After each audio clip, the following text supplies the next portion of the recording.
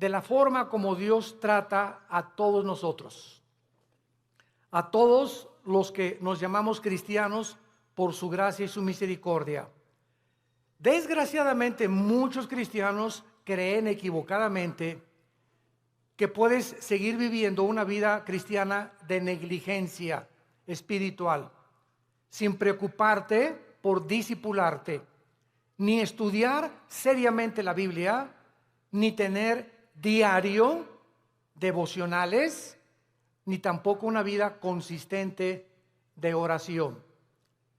Sin embargo, muchas de estas personas que tratan de vivir esta vida, estos cristianos, ignoran, como por eso comienza diciendo que ya se les olvidó,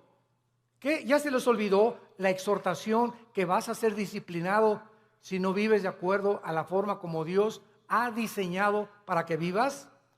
Pero vamos a ver en este estudio en qué consiste esta disciplina. ¿Cuáles son las bendiciones tan grandes, tan enormes, que los cristianos se están perdiendo por vivir esa clase de vida? Y podemos preguntarnos también, ¿estos cristianos tendrán consecuencias después de la muerte? Porque tendrán consecuencias en esta vida y hay consecuencias después de la muerte también. O sea, que todos vamos a llegar al cielo y todos vamos a ser recompensados de la misma manera. ¿Qué cosa es lo que Dios usa como disciplina a los cristianos que le han querido abandonar? A los cristianos que le han dicho, Señor, en 3 meses nos vemos. Déjame irme de vacaciones y reventarme las vacaciones, etcétera, etcétera. Y después de la Navidad te vuelvo a ver, en enero tengo una cita contigo en la iglesia, Señor. El primer domingo comenzamos otra vez la vida cristiana.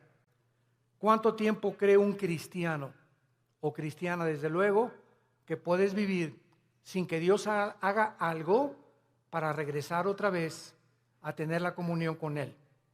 Vamos a ver todas estas respuestas en la Biblia y vamos a comenzar con la apostasía. La palabra apostasía, apistemia en el griego, significa salirse del camino, apartarse del camino o vulgarmente brincarse las trancas.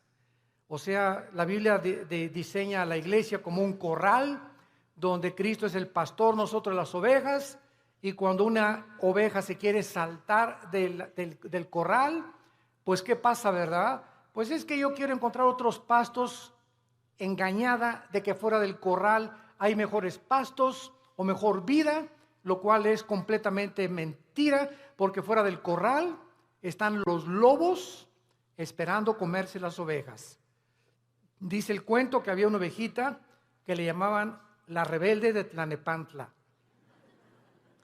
Y esta ovejita se brincó una vez el corral y fue el pastor por ella y se la trajo cargando.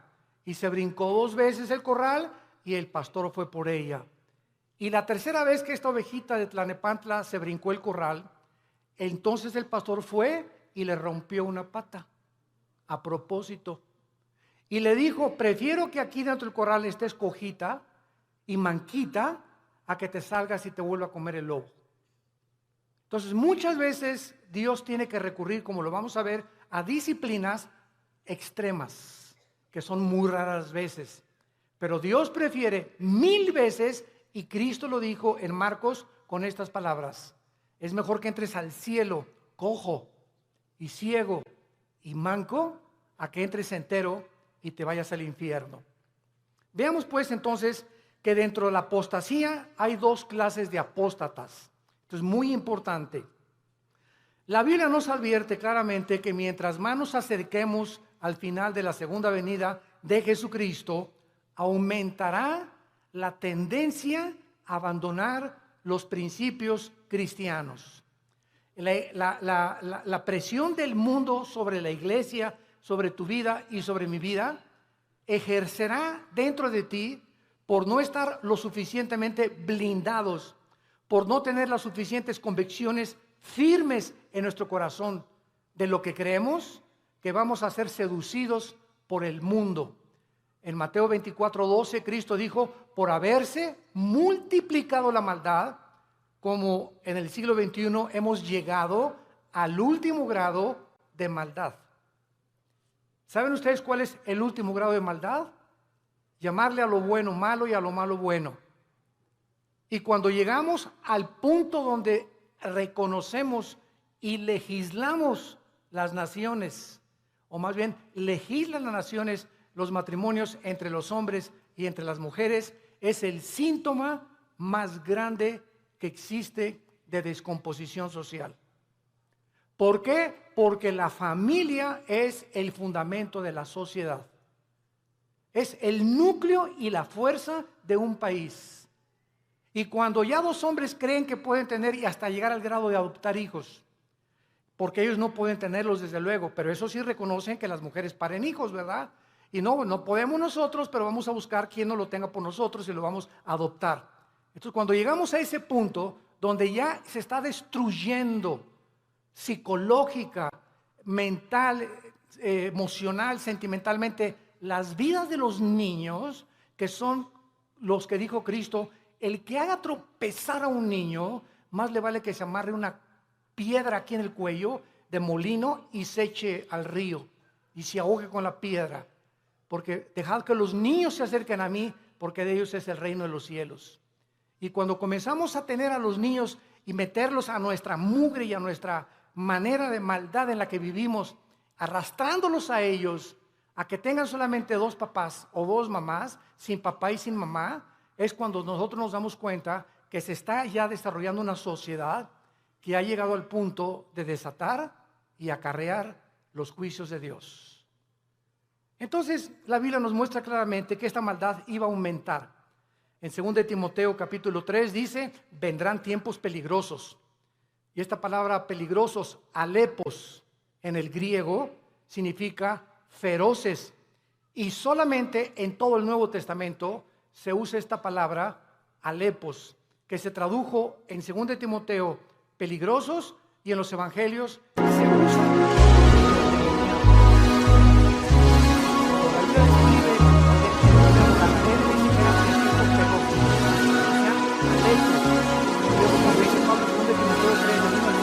Vendrán tiempos de que los demonios van a aumentar su ataque contra los seres humanos y habrá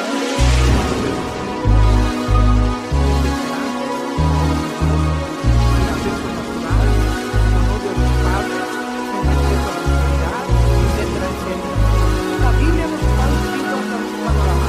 Estamos ya entrando a esa plataforma, a esa dimensión en la que el mundo va a ejercer más y más presión sobre nosotros y muchos se van a apartar. Y esta palabra apostasía, como vimos, es salirse el camino, apartarse la verdad o seguir otro curso revelado. Por ejemplo, en Hechos 5:37, hablando de un líder de una secta, dice que se los llevó en pos de sí. Esta es la palabra que se usa para apostasía. Cuando algo o alguien te saca, un amigo, una amiga, la pornografía, la homosexualidad, las adicciones, las drogas, el alcohol, cuando cualquier cosa en el mundo te jala y te aparta del camino de la verdad, del camino de la santidad, del camino de la justicia, se llama apostasía. Has apostatado. Ahora bien, hay dos clases de apóstatas. Esto es muy importante. Hay cristianos que son apóstatas por un tiempo. Y hay apóstatas que nunca fueron cristianos, pero que entraron a la iglesia por un tiempo y después se apartaron. ¿Cuál es la diferencia entre el cristiano que apostató y el que es apóstata para siempre? Como lo vamos a ver a continuación. La diferencia está en que si tú eres un cristiano y te has apartado del camino y eres hijo y eres hija de Dios, pau, y te viene duro. Dios te hace regresar. De la oreja nos trae de regreso. Pero si eres una persona que jamás recibiste a Cristo, pero fuiste a los estudios bíblicos y fuiste a los desayunos y tal vez algún día que hiciste una decisión por Cristo, pero realmente tus convicciones no eran firmes ni profundas, te vas a apartar del Señor, pero la diferencia está en que tú nunca vas a regresar al camino. Entonces, el cristiano que se aparta, Dios lo regresa por las buenas y por las malas, y lo vamos a ver. A muchos Dios inclusive prefiere llevárselos a casa antes de que sigan lejos de Él. Entonces vamos a ver que hay cristianos que se mueren antes de que Dios termine su programa con sus vidas. Hay cristianos que se mueren antes de que acaben la misión que Dios les dio, porque solo Dios sabe que has llegado al colmo y no te vas a arrepentir, pero como eres hijo y la salvación no se puede perder, te lleva a casa antes de tiempo. Veamos en primer lugar algunos ejemplos de los apóstatas que nunca fueron salvos. Juan capítulo 13, el clásico ejemplo de Judas. Es increíble que yo he escuchado varias veces a muchas personas predicar o enseñar que Judas perdió la salvación por el amor de Dios. O sea, que fue salvo, pero que perdió la salvación. Vamos a ver qué dice la Biblia. En Juan capítulo 13, versículo 10 y 11. Ya Cristo está a punto de entrar a la cruz y al huerto de Getsemaní. Y les dice, el que está lavado no necesita lavarse, no necesita sino lavarse los pies, pues está todo limpio. Eso le estaba hablando a todos los apóstoles que eran salvos, que eran cristianos, como todos nosotros. El momento que recibes a Cristo, ¿quién nos lava? Dice la Biblia en Efesios 5 que es la palabra de Dios la que nos lava y la sangre de Cristo, ¿verdad? Y ahora, ya siendo cristianos, Dios nos da la responsabilidad de nosotros seguirnos lavando. O sea, si cometemos un pecado, la sangre de Cristo, que es tan fresca como cuando nos salvó Dios, nos limpia de todo pecado. Entonces, un cristiano tiene que estar continuamente metiéndose a la regadera, porque diario se nos pega la contaminación del mundo, lo que oyes en tu oficina, con tus amigos, en la escuela, en la universidad, chistes groseros, un programa grosero, desnudos en la televisión, desnudos en el cine. Todo eso entra a nuestra alma y nos ensucia, nos contamina. Y esta suciedad la tenemos que estar sacando para mantener no la salvación, la comunión con Dios. Ustedes están lavados, pero no necesitan sino lavarse, ¿verdad?, los pies. Y vosotros limpios estáis, aunque no todos. O sea, había alguien ahí dentro del grupo de Cristo que no había sido nunca lavado. Ustedes sí están lavados y ahora necesitan sola, pero hay alguien entre ustedes que no está lavado, porque sabía a quién le iban a entregar. Por eso dijo, no están limpios todos. Judas nunca fue limpiado de sus pecados. Jamás. Versículo 18. No hablo de todos vosotros. Yo sé a quienes he elegido, mas para que se cumpla la escritura, el que come pan conmigo levantó contra mí su calcañar. Capítulo 17 de San Juan. Nos brincamos al capítulo 17 y aquí ya Cristo lo aclara, tan transparente como la luz y el sol. Dice Juan 17, versículo 12. Cuando estaba yo con ellos, o sea, Cristo está orando al Padre, está dirigiéndole estas palabras al Padre. Cuando estaba yo con ellos en el mundo, yo los guardaba en mi nombre. A los que me diste, yo los guardé. Y ninguno de ellos se perdió, sino el hijo de perdición, para que la escritura se cumpliese. O sea, nunca Judas estuvo bajo el cuidado de Cristo.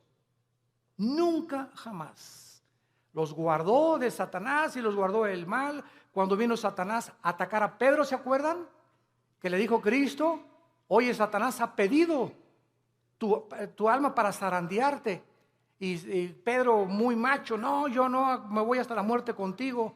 Espérame, Pedro, el gallo va a cantar 3 veces y tú me vas a negar. Entonces, Pedro y Judas, los dos, traicionaron a Cristo. Los dos le volvieron la cara a Cristo, porque Pedro negó a Cristo 3 veces. ¿Y cuál fue la diferencia? Que cuando Pedro le negó, vean esto, cuando Pedro negó a Cristo, en ese momento Cristo se encontraba como a 10 metros de Pedro. Y cuando Cristo volteó a ver a Pedro, Cristo lo volteó a ver con los ojos moros. Ya había sido golpeado Cristo. Imagínense ustedes a Pedro, en el momento que canta el gallo, volver a Cristo, y Cristo con sus ojos moros, adolorido por los golpes que los soldados ya le habían dado, lo ve a Pedro diciéndole: ya ves, pero sabes una cosa, te sigo amando. ¿Y cuál fue la diferencia con Judas? Judas entregó a Cristo por 30 monedas de plata, y sin embargo, cuando tuvo las monedas de plata, nunca creyó que Jesús era el Mesías, porque si hubiera creído, se hubiera arrepentido y le hubiera pedido perdón. ¿Qué hizo Judas? Agarró las 30 monedas de plata y las tiró. Y fue y se quitó la vida. Se suicidó. Se colgó de un árbol. Dice en Hechos capítulo 1 que se rompió, ¿verdad?, la rama del árbol y cayó de las piedras y todas se estripó completamente. Murió ahorcado y con todo el vientre abierto, comido por los gusanos. Así acabó Judas. Judas nunca, jamás fue salvado. Y en el capítulo 18, dice en el versículo 8 de Juan también, respondió Jesús: os he dicho que yo soy, pues si me buscáis a mí, dejad a ir estos, para que se cumpliese aquello que había dicho: de los que me diste, no perdí ninguno, más que, como dijo anteriormente, el hijo de perdición. Ahora, el apóstol Pedro, seguimos estudiando las personas que nunca fueran salvas. Segunda de Pedro, capítulo 2. Aquí el apóstol Pedro claramente habla en el capítulo 2 y describe las características de todos los falsos profetas. De todos esos que pueden predicar y pueden ser hasta pastores, pueden ser predicadores, ¿verdad? Inclusive que no tienen la salvación y que jamás fueron salvos. Y dice en Pedro, versículo 21 y 22, describiendo ya todas sus características de estos falsos maestros y profetas que menciona en el versículo 1 y versículo 2, dice el versículo 21, segunda de Pedro 2, 21 y 22, porque mejor les hubiera no haber conocido el camino de la justicia. O sea, hay personas que conocían que Jesús era el Cristo, que Jesús murió por sus pecados por ellos, y conocían que Cristo era la verdad y que la Biblia era la verdad. Mejor les hubiera sido no haberlo conocido, que después de haberlo conocido, volverse atrás del santo mandamiento que les fue dado. Escuchen, pero les ha acontecido lo del verdadero proverbio: el perro vuelve a su vómito y la puerca lavada a revolcarse en el lodo o en el cieno. Aquí Pedro, de una forma ya inequívoca, describe que todas estas personas nunca fueron salvas. ¿Cómo lo dice Pedro? ¿Qué hace un perro cuando vomita? Se vuelve a comer lo que salió, ¿verdad?, de su estómago. ¿Por qué lo hace? ¿Por qué lo hace? Pues porque es perro. Si no fuera gato, los gatos no lo hacen, los leones no lo hacen.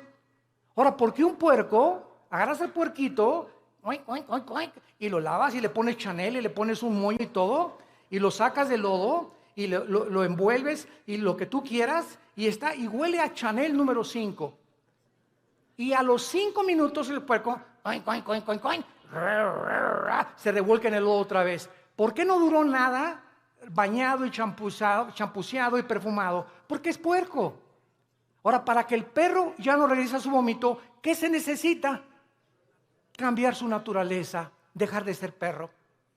Para que el puerco no regrese al lodo, necesita ser otro tipo de naturaleza, tener la naturaleza de otro animal, porque los puercos, esa es su naturaleza, el lodo, y los perros el vómito. Aquí está hablando Pedro, que estas personas, su naturaleza nunca fue cambiada, porque si hubiera sido cambiada, no regresarían a ser lo que hicieron antes de conocer a Cristo. ¿Me van siguiendo?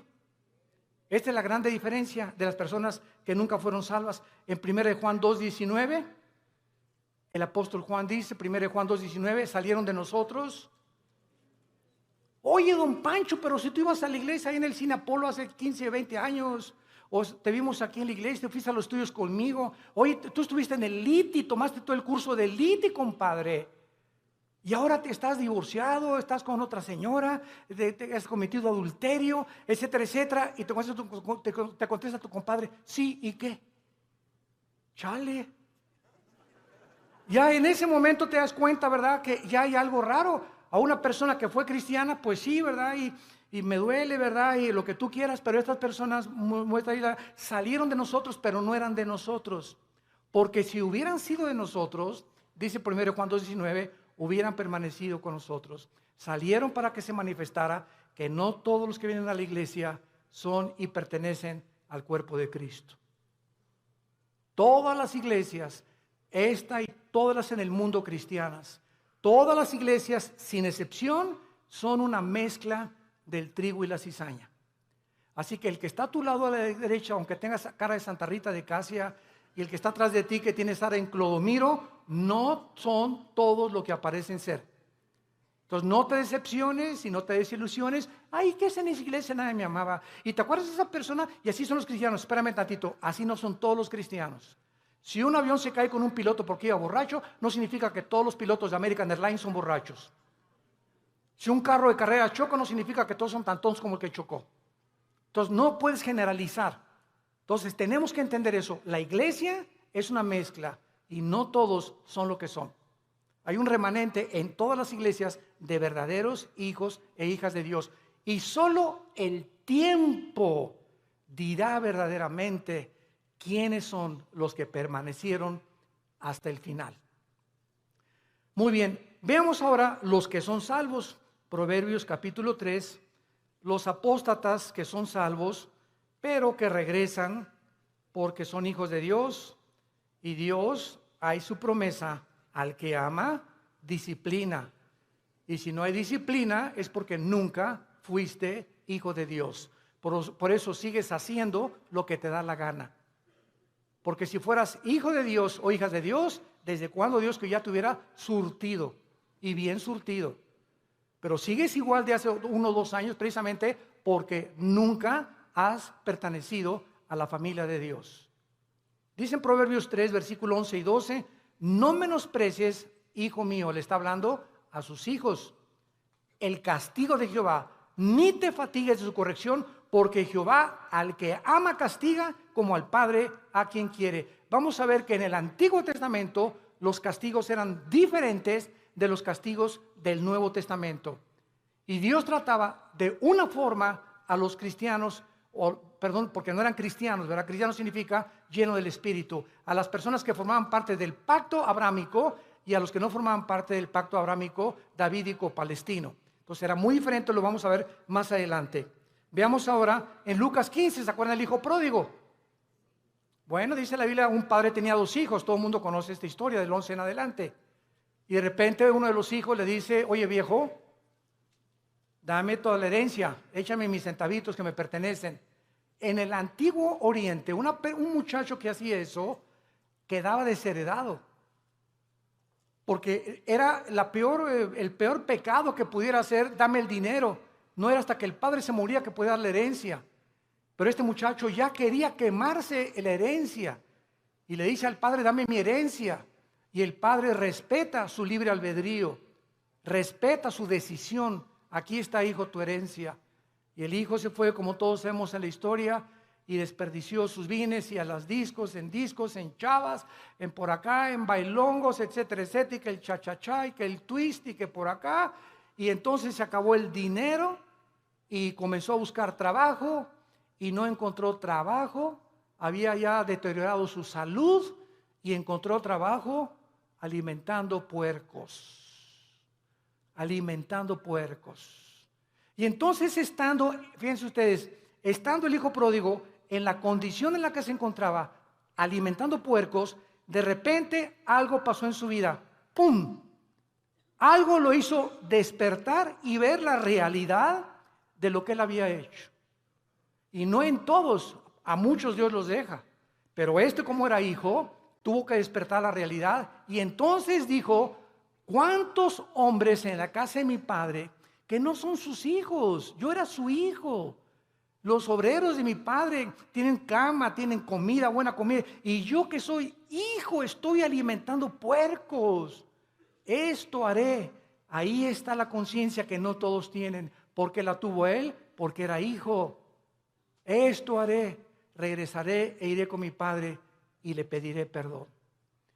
Y le diré, Padre, no vengo a nada. Vengo a que me hagas hasta atrás y no quiero ni siquiera que tener los privilegios que tienen tus hijos. Hazme como un obrero como todos los demás.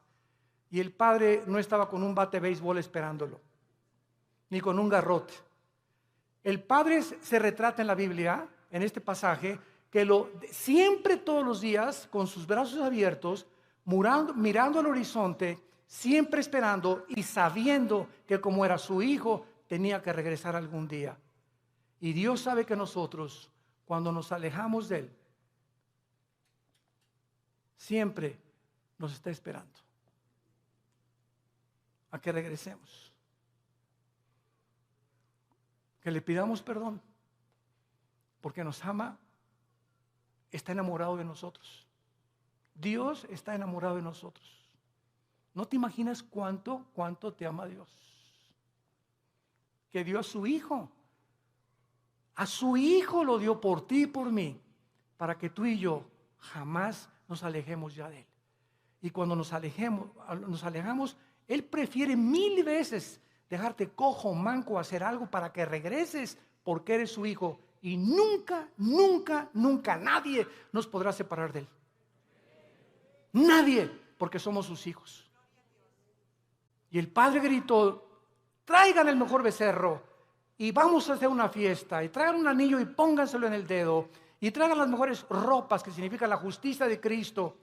Y entonces, ¿por qué el hijo regresó? Porque nunca perdió su calidad de hijo, nunca.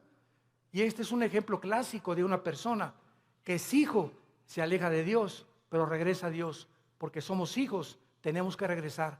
Tarde o temprano nos convence Dios para regresar con Él. Y si no nos regresamos, y si lo que nos hace Dios para regresarnos no nos sirve, nos prefiere llevar a casa, antes de que el camino sea blasfemado por tu culpa o por mi culpa. Veamos otro ejemplo en 1 Corintios 5, vamos al Nuevo Testamento. 1 Corintios 5. Aquí está un caso tremendo de un muchacho que pues no era como nosotros, ¿verdad? Nosotros tenemos la Biblia completa. La iglesia de Corinto era la iglesia más carnal de todas las iglesias del Nuevo Testamento, pero eso sí, tenían todos los dones, pero eran carnales. Dice 1 Corintios 5, de cierto se oye, dice Pablo escribiéndoles, que hay entre ustedes fornicación. O sea, me han llegado noticias de que en la iglesia hay inmoralidad. Y tal inmoralidad o tal fornicación, cual ni aún se nombra entre los gentiles, o sea, ni en las personas del mundo, tanto que alguno tiene la mujer de su padre. O sea, había un miembro en la iglesia de Corinto que estaba teniendo relaciones con su madrastra, con la mujer de su papá. Y dice Pablo, y ustedes, les habla a los líderes, están envanecidos. ¿No debieran más bien haberse lamentado para que fuera quitado de en medio de vosotros el que cometió tal acción? O sea, Pablo dice, oigan, ¿por qué no han reaccionado? Ustedes están conscientes que este muchacho está teniendo relaciones con su madrastra y lo dejan seguir asistiendo a la iglesia. ¿Y qué lo debemos de correr? Pues traerlo para enfrente, ¿verdad? Y enfrentarlo con su situación. Ahora tenemos la Biblia y nos damos cuenta que los líderes, cuando sabemos que alguien vive pecado, la iglesia es un hospital y te vamos a ayudar. Pero cuando sabemos que alguien insiste y sabemos que alguien, por ejemplo, si una señora me dice, mi esposo tiene ya 6 meses que es adúltero, hermano, pastor, y ya hablamos nosotros con el esposo, los pastores, y ya le dijimos, mira, estás viviendo en pecado, y sabemos que sigue en adulterio, la disciplina de Dios es decirle a esa persona, tú no puedes entrar a la iglesia, porque puedes entrar porque es un hospital, si colaboras con el doctor para que te cure. Pero ¿de qué te sirve ir al hospital? A que te pongan benditas y que te pongan curitas, y saliendo del hospital te las arrancas y te las quitas. Y regresas con el doctor, oiga, ya le he puesto 3 curitas, pues es que no me gustan, entonces ¿para qué vienes conmigo? Si no quieres que te cure, ¿para qué vienes al hospital? Y así es la iglesia, un hospital de almas enfermas que necesitan sanidad de Dios. Y dice más adelante el versículo 3, ciertamente dice Pablo, yo, como ausente en cuerpo, pero presente en espíritu, ya como presente he juzgado al que tal cosa ha hecho, en el nombre de nuestro Señor Jesucristo, reunidos vosotros y mi espíritu con el poder de nuestro Señor Jesucristo, el tal sea entregado a Satanás para destrucción de la carne. Vean ustedes con mucha atención lo que sigue, a fin de que el espíritu sea salvo en el día de Cristo o en el día del Señor. ¿Qué estaba diciendo Pablo? Que cuando una persona es disciplinada por los pastores en la iglesia y es sacada de la iglesia al mundo, lo sacas del corral. Afuera del corral están los lobos. Y Dios le da el permiso a Satanás de atacar a esa persona y quitarle la vida. Y quitarle la vida. Pero el espíritu es salvo porque era hijo de Dios. A fin de que el espíritu sea salvo. Aquí está un muchacho que iba a morir en pecado, pero como la salvación no se pierde, se va al cielo antes de tiempo. ¿Por qué? Porque la salvación que nos ha dado es por gracia. Para que nosotros seamos salvos y entendamos esto, no puede haber ninguna obra buena antes de la salvación, ni ninguna obra buena después de la salvación, para que nosotros seamos mantenidos siendo salvos. Cuando alguien me dice que la salvación se puede perder, les digo, bueno, es que tú no has entendido el pacto de Dios. Antes de Cristo, ¿cómo fuiste salvado? ¿Qué hiciste para ser salvo? Nada, no hizo nada. ¿Y Dios te salvó? Bueno, ya eres salvo. Y ahora me dices que ahora me tengo que hacer buenas obras para mantener mi salvación. No, de ninguna manera. Si hay alguna sola obra que tú hagas para decir que esas obras están manteniendo en el camino de la salvación, entonces ya estás atrayendo mérito sobre tu vida y le robas la gloria a Dios. Las buenas obras que hacemos después de que somos salvos no son para mantener la salvación, son como el fruto de nuestra santificación. Efesios 2:10, porque para buenas obras hemos sido llamados, las cuales preparó Dios de antemano para que anduviéramos en ellas. Entonces las buenas obras que yo hago después de Jesucristo implican y dan testimonio que soy hijo de Dios, pero no hago buenas obras, ni me porto bien para decirme, Señor, ya pequé, ya perdí la salvación, ya perdí el nuevo nacimiento, mañana nazco de nuevo, ¿verdad? O ya pequé, el Espíritu Santo ya me selló, pero ya se fue porque ya perdí la salvación, pero el año que entra que regrese a ti, me vuelves a sellar, ¿verdad? Imagínense ustedes este estado tan absurdo espiritual de una persona. Entonces, si pierdes la salvación, ya no vuelves a ser renacido de nuevo, ya regresaste a la eternidad, otra vez al estado en que te encuentras. ¿Puede un bebé que nazca regresar al vientre de su madre otra vez? Imagínate, no me gusta aquí afuera, mejor me regreso adentro. Y el bebé lo meten dentro de la panza de la mamá, ¿verdad? De la matriz de la mamá. Es absurdo, es exactamente la salvación. Veamos otro ejemplo en Santiago capítulo 5, de personas que son cristianas, pero pecaron, pero están en peligro muy grave de ser disciplinados por Dios. Santiago 5, versículo 19 y 20. Hermanos, ¿a quién le está hablando? A hermanos, a cristianos. Si alguno entre vosotros, o sea, entre los hermanos, se ha extraviado, o sea, se ha salido del camino, o ha apostatado de la verdad, y alguno le hace volver, sepa que el que haga volver al pecador del error de su camino, salvará ¿de qué? De muerte un alma y cubrirá multitud de pecados. Esto es lo que vamos a ver en 1 Juan 5, lo vamos a ver, esto es lo que se llama el pecado de muerte de un cristiano. Si tú ves que tu hermana o tu hermano anda por ahí afuera y nadie sabe más que es cristiano, pero tú vas, oye Jorge, ya no sigas así, hombre, ya no te la sigas tronando, ya no sigas acostándote con tu novia, Dios te va a disciplinar. Y si tú convences a esa persona de que regrese al pecado, lo estás salvando, porque si ese que tú vas a exhortar sigue ese camino, Dios no tarda en llevárselo a casa antes de tiempo, o que le venga algo serio en su vida para que lo haga recapacitar y regresar a Dios, o llevárselo a casa antes de tiempo. Si tú ves a alguno entre los hermanos que tiene una vida licenciosa y que se dice cristiano, y tú logras convencerlo y orar con él, o comenzar a orar por él y traerlo al camino otra vez, lo estás salvando de que Dios se lo lleve antes de tiempo a su casa. Ahora veamos otro ejemplo también de estas personas en 1 de Juan capítulo 5. Antes del Apocalipsis está 1 de Juan y dice así.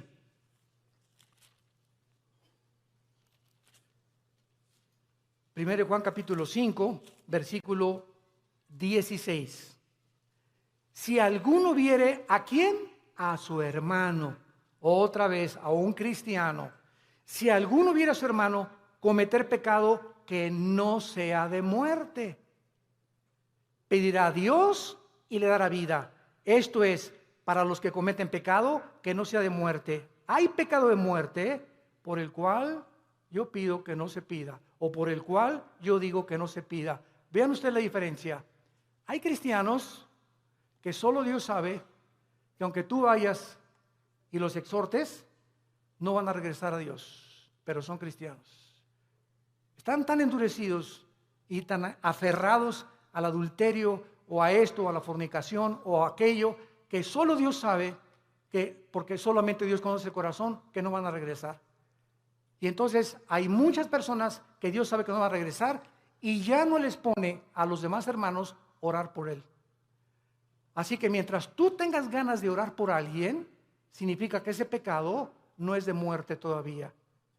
Pero cuando ya no sientes orar por nadie o por esas personas que andan en pecado y tú ya tienes un mes o 2 meses que no oras por ellos, es porque el Espíritu Santo ya no te los ha puesto, porque ya no tarda Dios en llevárselos a casa. Esas son las personas que son salvas, pero que han cometido el pecado de muerte. Ahora veamos algunas causas espirituales por las cuales los cristianos se apartan de Dios. He apartado 4 principales razones. La primera es la persecución. Juan capítulo 15, 18 al 19. Si el mundo los aborrece, sepan, nos está hablando los hijos de Dios, que el mundo me aborreció a mí.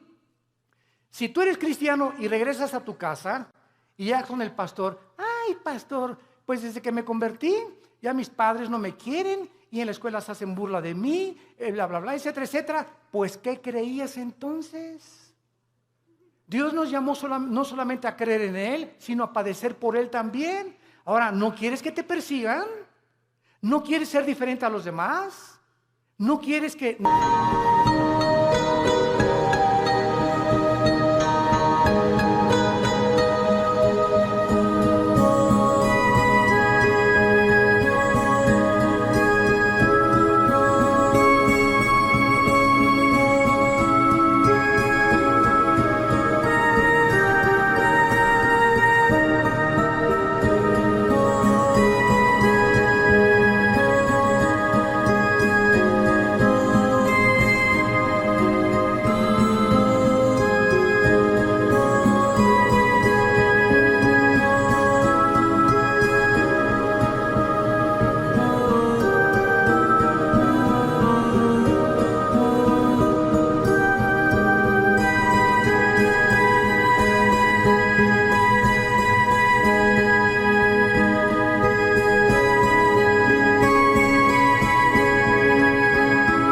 nadie te calumnie, ni que nadie haga chismes contra tu vida, no hay ningún problema. Únete al grupo de ellos y no seas diferente.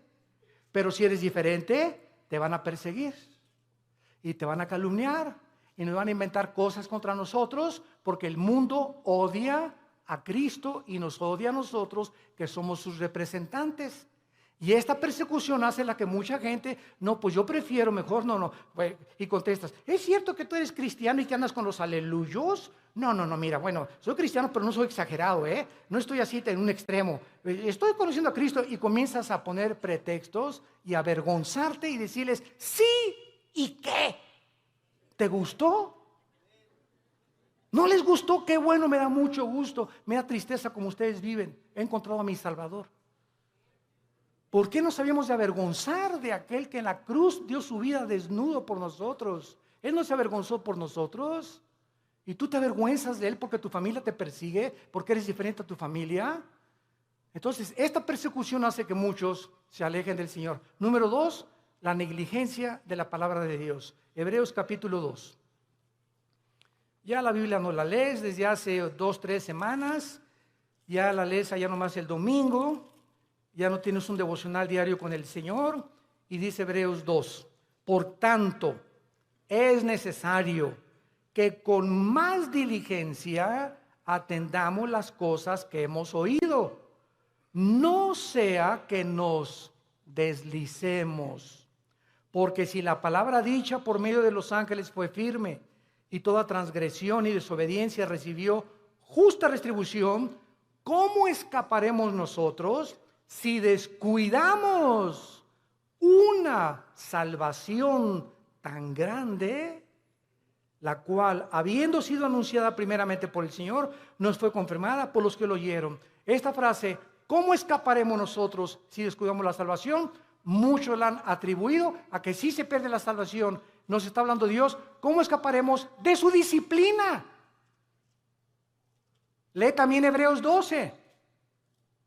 Al que ama Dios disciplina, y si no hay disciplina no eres hijo, eres bastardo. Entonces, ¿cómo escaparemos? ¿Cómo crees que te va a escapar de Dios habiendo sido cristiano ya? Si tú descuidas tu vida devocional con Dios. Número 3, la amargura. Hebreos 12:15. La amargura es otra causa de alejarse de Dios. Mirad bien, Hebreos 12:15, que ninguno de ustedes deje de alcanzar la gracia de Dios. Qué tremendo. Dejar de alcanzar la gracia de Dios. ¿Cómo? Que brotando alguna raíz de amargura te estorbe y por ella contamines a muchos. Esto está tremendo, ¿eh? Hermano en Cristo, hermana en Cristo, tú y yo no podemos darnos el lujo de odiar a nadie. Hayan hecho lo que nos hayan hecho. No podemos darnos el lujo de tener rencor contra nadie. Hayan hecho lo que te hayan hecho.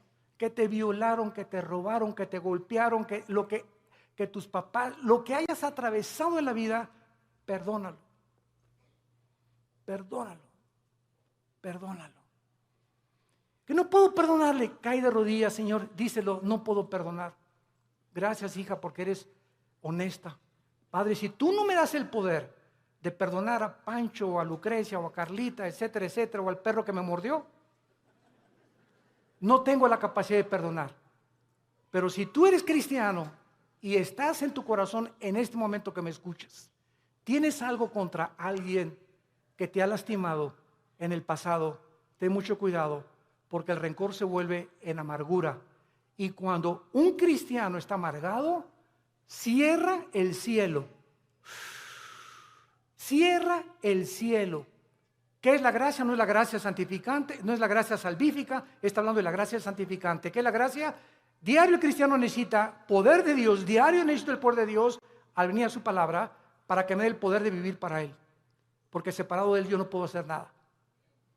Entonces la amargura me bloquea la gracia de Dios y me quedo sin poder. Me quedo en mi propio poder, en mi propia carne, porque algo está bloqueando que Dios me ayude y me saque del pozo de la desesperación, de la red en que he caído, de la trampa que te pusieron. ¿Qué cosa es? La amargura. Es el más grande veneno en la vida de un cristiano. Y número 4, el amor al dinero.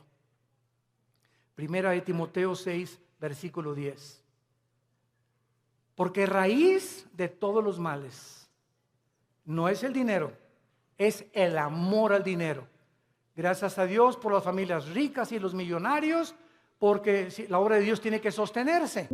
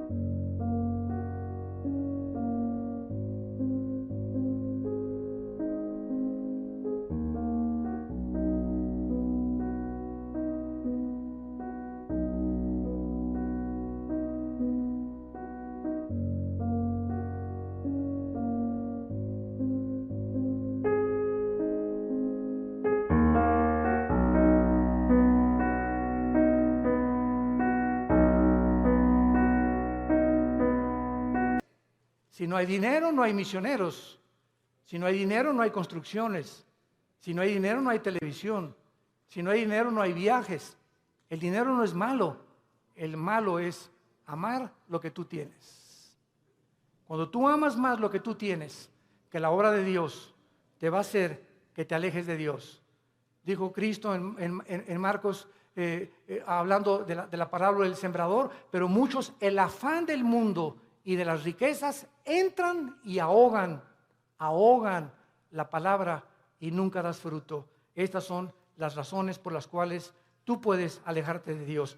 Ahora veamos rápidamente en 2 Samuel 7 las consecuencias que sufrieron en el Antiguo Testamento los que eran y pertenecían al pueblo de Dios, o sea, los que tenían garantizada ya la salvación, de forma diferente a la de nosotros, porque no tenían el bautismo del Espíritu Santo, pero la forma en que eran de Dios. 2 Samuel capítulo 7, veamos la disciplina de Salomón. La Biblia menciona 3 consecuencias principales del pecado en un cristiano. Número 1, la disciplina. 2, la muerte, que ya lo vimos. Y 3, la pérdida de recompensas en la otra vida.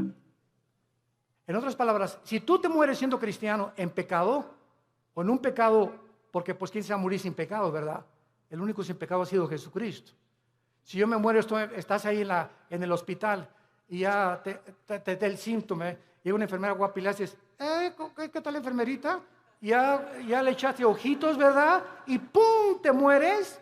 Te llevaste ese pensamiento al otro Laredo, ¿verdad? O sea, no moriste santito, sin haber roto un plato. O haz de cuenta que también estás en el hospital ahorita, o sales a la carretera y chocas ahí en la carretera, y la mañana te peleaste con tu esposa, te moriste en pecado. ¿No es cierto? ¿Y vas a perder la salvación? No, no lo vamos a perder. Pero en la otra vida perdemos las recompensas. Que no se imaginan qué grandes recompensas hay, porque no todos los cristianos en la otra vida vamos a gobernar con Cristo, solo los vencedores. Y lo vamos a ver más adelante para terminar. En 2 Samuel 7, 14 y 15, se le está dando las instrucciones a David y le dice, yo le seré el padre y él me será mi hijo. Si hiciere mal, o sea, si se aparta de mí, le castigaré con vara de hombres y con azotes de hijos de hombres, pero mi misericordia no se apartará de él, como la aparté de Saúl, al cual quité delante de ti. ¿Cuál fue la diferencia entre la descendencia de David y el rey Saúl? ¿Cuál fue la diferencia entre Pedro y entre Judas? En que aunque nosotros nos portemos mal, y aunque nosotros intentemos alejarnos de Dios, si somos hijos e hijas de Dios, su misericordia es más alta que los cielos. Y Dios va a hacer algo para que regreses y para que yo regrese a la comunión con Él. Y va a ser disciplina. La palabra disciplina es interesante porque viene de la palabra paidego, viene de la palabra pedagogo, que significa el que forma el carácter o el maestro. Entonces, ¿se acuerdan de nuestro pasaje en Hebreos 12? Dios al que ama disciplina, al que ama le forma el carácter a través de pao. Y castiga también con azotes. O sea, Dios usa la Biblia para formar nuestro carácter, y si somos tercos, pao. Azota al que recibe por hijo. Y la palabra azotar en el griego es castigo físico. Algo va a tener que usar Dios, como lo que dice en uno de los salmos. No sean como los caballos, como los mulos, que el caballo tiene que meterle aquí un freno. El freno es un fierro con un puente, y cuando se le mete al caballo el freno y le jalan las riendas, el puente se le encaja en el paladar al caballo, y el caballo, cuando asocia el dolor, se para y le obedece al jinete.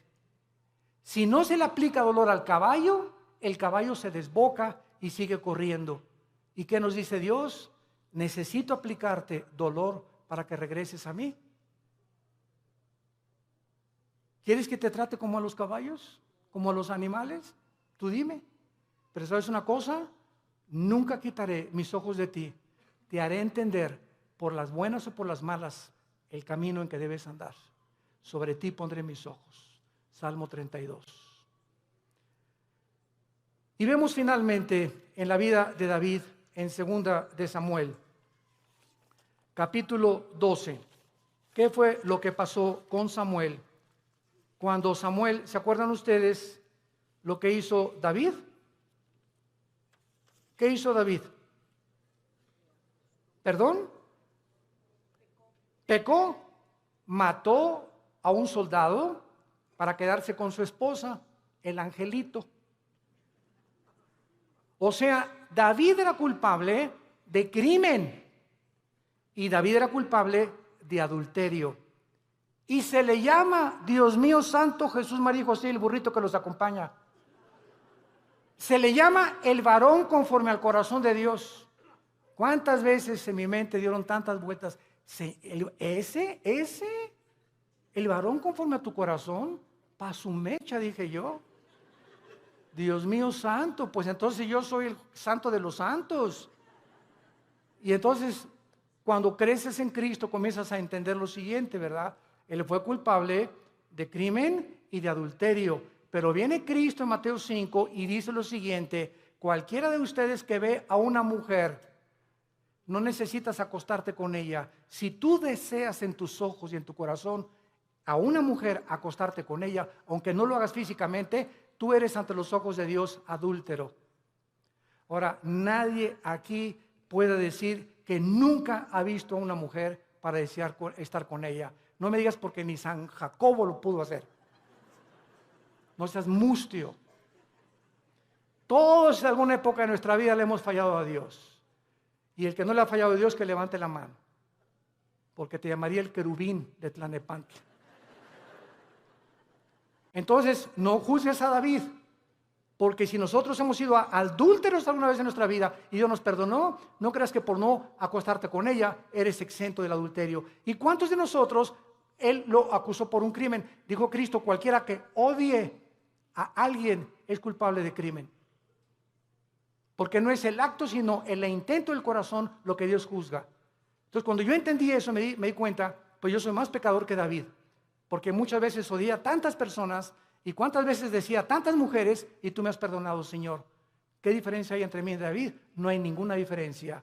Has tenido misericordia con todos. Y ahora todos nosotros somos varones y mujeres conforme al corazón de Dios, porque somos sus hijos.